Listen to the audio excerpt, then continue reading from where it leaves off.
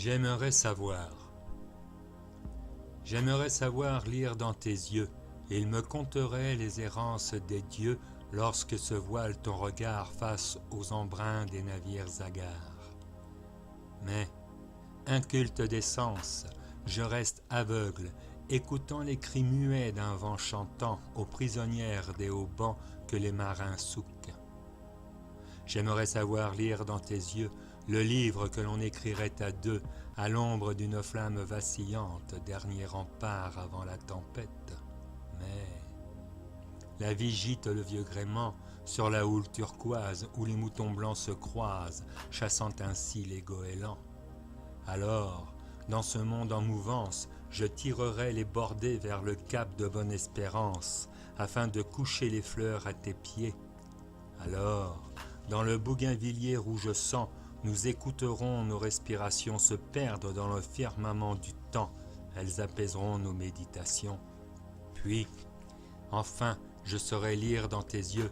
Ils me conteront les aurores que peignent les dieux lorsqu'auprès de toi je m'endormirai. Rêverie. Le silence envahit la nuit qui hurle ses ennuis aux lourds nuages grisâtres occultant partiellement le disque d'argent. Rien. Peu de bruit. Juste un murmure. Une ode à la tranquillité. Un appel sourd à la sérénité juste troublé par un bruissement. Un froissement qui me plonge dans la quiétude de la nuit. Je sais qu'elle est là, proche de moi à l'écoute de mes pensées. Je n'ai point de peur ni de rancœur, car je l'aime d'un amour fou, lorsque je peux la voir écarter ses bras pour enserrer les îlots sablonneux recouverts d'herbes folles. J'aimerais la détourner, l'apprivoiser, mais les flots ne se retiennent guère, ils filent entre les doigts. J'aimerais lui offrir le lit qu'elle mérite, mais je sombre à ses attentes que je n'ai plus. Je suis là, seul, troublé par son odeur qui m'enivre de douceur. Je déraisonne en la sachant indomptable, imprévisible, mais tellement majestueuse. Je ne peux qu'être en transe de ces couleurs miel au ton pastel d'un caramel qui me ravissent à la belle saison lors du coucher de l'astre chaud. Impériale dame qui sait se faire rebelle, se faire craindre.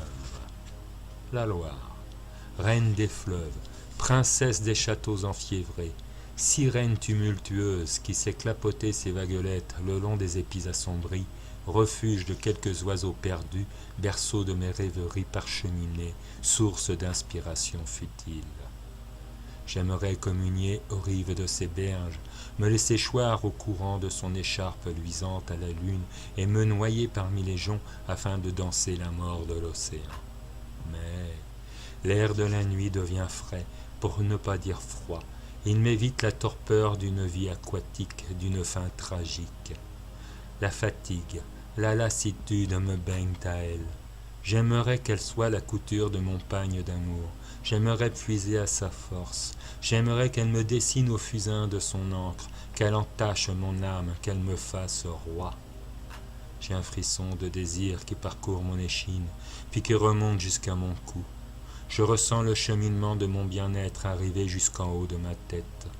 J'ai l'impression saugrenue de tenir mes cheveux qui se dressent d'un même élan vers le ciel obscur. Malgré l'ambiance lugubre de mes pensées qui deviennent moribondes, une touche de poésie me retient. Un phare abandonné sur le versant de la rive d'en face semble m'appeler. Il s'en dégage une douce lumière orangée qui tranche les ténèbres de la nuit avancée. Je souris à la scénique lumière qui orne le château d'Oudon.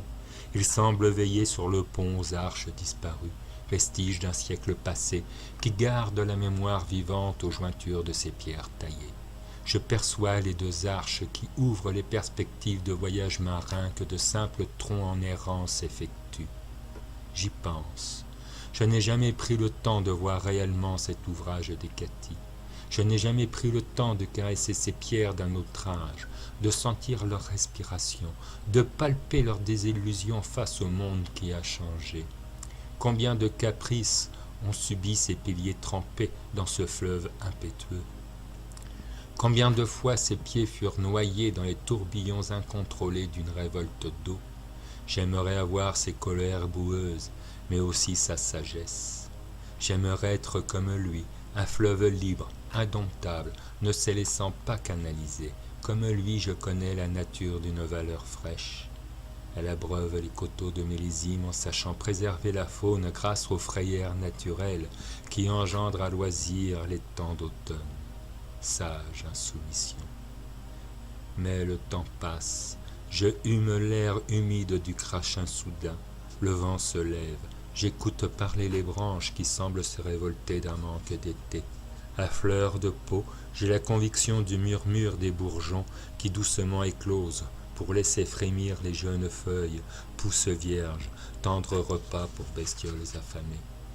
Je suis là, abattu. Aurais-je la force, aurais-je le courage des valeureux marins d'eau douce qui patientent impaisiblement, enfermés dans leur toux cabané, qui marinent en attendant les beaux jours afin de se lancer aux îles d'abordage, aux îles découvertes de sable. Je sais qu'ils aiment fouler ces terres qui ne sont vierges que de leurs rêves d'espoir valeureux, lorsque l'été illumine les pastels de peintres fous, d'artistes amoureux. Mais, doucement, le temps se ferme comme une enveloppe, peu à peu il fuit, aidé par le courant tumultueux. Lentement, le vent chasse les nuages que la marée lointaine entraîne vers d'autres contrées à mouiller. Je ne sais plus. Les berges renaissent sous les étoiles matinales. Ces lucioles semblent en osmose avec le rocher dont les lacets mènent à Champtosso, route incontournable du vignoble d'Anjou, perle des Mauves-sur-Loire. Puis, l'aurore se dessine paisiblement, laissant apparaître le dessin d'une végétation verdoyante. Les arbres se calment, le silence me parle. Je perçois la crique qui accueille souvent les méditations d'une amie qui pose son regard sur l'environnement paisible du lit parfois ravagé par ce ruban d'eau. Je comprends alors pourquoi ces deux aigles marines aiment s'y dissimuler, aiment simplement contempler. Ce paysage m'entraîne, là où les souvenirs des pudeurs et des retenues amoureuses m'avaient offert leur douceur, m'avaient suggéré la tranquillité d'un paradis insoupçonné. Je ressens cet environnement comme une force qui nourrit, qui transporte, qui élève vers la magie des rêves du moulin, berceau de Champtosso.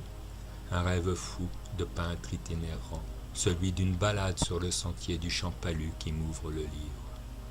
Mais pas dévoile alors doucement un paysage sauvage et verdoyant, où la surprise agréable de la coulée de la Luce, qui autour de la citadelle me raconte les légendes antiques et la tumultueuse histoire de ce village. Promenade enchanteresse, vision de tendresse que les voyageurs attentifs découvrent au fil de leur marche solitaire. Le temps est venu déposer à mes pieds, comme une perle de nacre, l'amour de ce pays, l'amour de mes amis. Je ne peux rester, il est temps de me détacher de mes ressentis pour des rêves plus sages, pour des envies de vagabondage. Mais en mon âme, la Loire sera présente, presque étouffante, de ma dernière rêverie. Il ne restera qu'un passage qui ne se refermera jamais, mais qui au contraire s'ouvrira vers des horizons, qui me perdra dans les méandres d'un souffle chaud, d'une langue de sable fin. Là, enfin, je saurai décliner les mots d'un temps imparfait, d'un présent à deviner.